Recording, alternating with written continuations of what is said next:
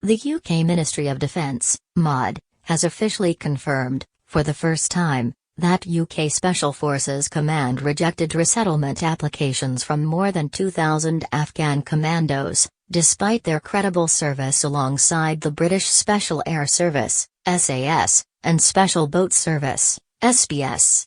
This revelation raises significant concerns about the UK's treatment of its former allies, many of whom remain in grave danger in Afghanistan following the Taliban's takeover in 2021. Blanket rejection of Afghan Commandos applications. Despite the Afghan Commandos having fought alongside UK Special Forces in life-threatening missions against the Taliban, it appears that every single resettlement application referred to UK Special Forces, UKSF, for sponsorship was rejected. The MoD had previously denied that a blanket policy existed for rejecting members of the elite Afghan units, commonly referred to as the Triples due to their designations as CF 333 and ATF 444. However, no evidence has been found that UKSF supported any resettlement applications. When pressed on whether UKSF had endorsed any applications, the MoD declined to answer.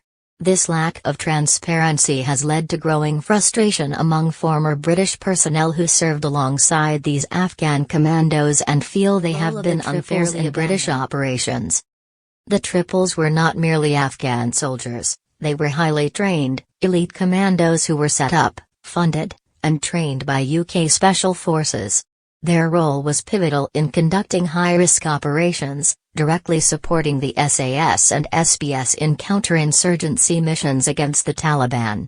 Many of these missions were UK-led, meaning the Triples fought and risked their lives for British strategic objectives. Following the fall of Afghanistan in August 2021, members of the Triples were considered to be at extreme risk of Taliban reprisals due to their close affiliation with UK military forces.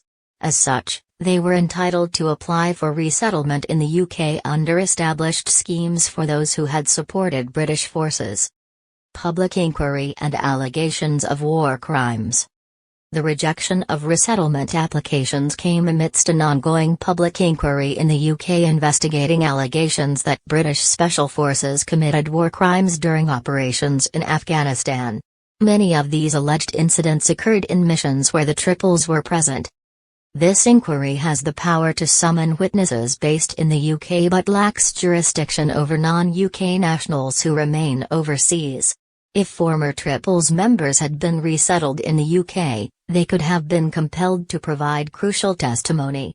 It has been revealed that UK Special Forces Command had been granted veto power over resettlement applications, effectively barring Afghan commandos.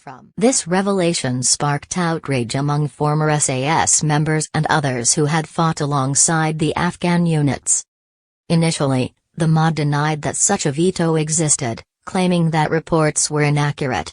However, then Defence Minister Andrew Morrison later admitted to Parliament that the government had misled lawmakers by denying the veto. Legal challenge and MoD's attempt to suppress information. The rejection of more than 2,000 resettlement applications was confirmed during court hearings in a legal challenge brought by a former Triples member. The MoD sought a restriction order to prevent reporting on relevant parts of the proceedings but withdrew the application last week following legal pushback. Documents disclosed in court reveal that even as the MoD was denying the existence of a blanket veto, it was internally aware that every rejection decision made by UK Special Forces was potentially flawed and would require independent review. The MoD's decision-making process in these rejections remained shrouded in secrecy, with no clear justification provided for the mass rejections. Concerns from military experts and politicians. Mike Martin MP, a former British Army officer who served in Afghanistan and now sits on the Defence Select Committee, called the rejections extremely that UK Special Forces blocked the Afghan Special Forces applications because they were witnesses to the alleged UK war crimes currently being investigated in the Afghan inquiry, he said. If the MoD is unable to offer any explanation, then the matter should be included in the inquiry. Former Conservative MP Johnny Mercer, who served alongside the SBS in Afghanistan, testified to the Afghan inquiry that he had spoken with former Triples members who shared horrific allegations of murder committed by UK Special Forces.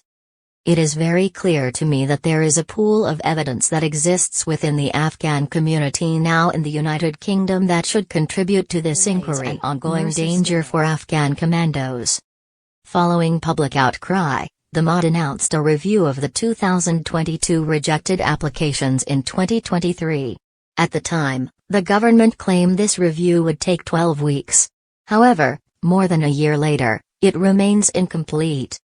Some initial rejections have been overturned, allowing a limited number of former Triples to relocate to the UK. However, the MoD has refused to inform applicants whether their cases are under review or if their initial rejections were upheld, leaving them in limbo. Many Afghan commandos are in hiding, making it nearly impossible to obtain legal representation or directly contact the MoD for updates. Dozens of Triples members have reportedly been beaten, tortured, or executed by the Taliban since their takeover in 2021. A former Triples officer lamented the delays and the lack of transparency in the process. Although decisions have been overturned, it's too late for some people.